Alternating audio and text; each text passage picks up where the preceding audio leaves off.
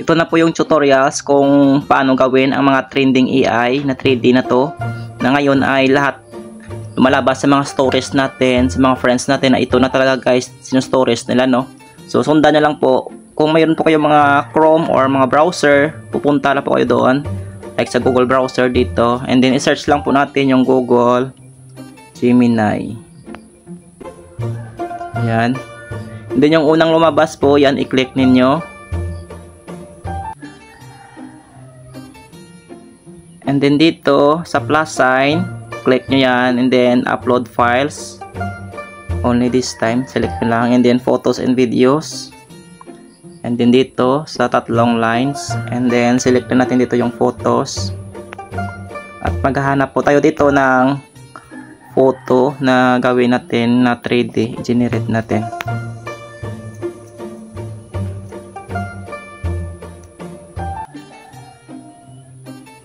So tulad lang po nito, yan lang.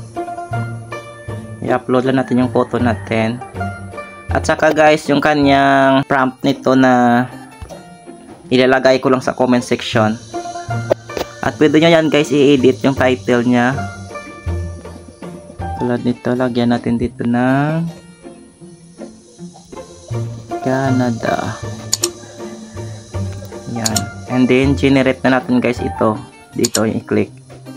Hintayin lang natin ng ilang segundo. Once na makreate na guys ng pictures natin, pwede nyo yan i-post sa mga profile account ninyo. Ito ngayon also guys at trending talaga, kaya hindi tayo mapapahuli. So ayan guys, ito na yung ginawa natin. So napakaste guys, no? So i-click natin guys long press, at saka download image, and then download again. After natin yan ma-download guys, pwede natin open, and then nandito na siya guys, makikita nyo na siya.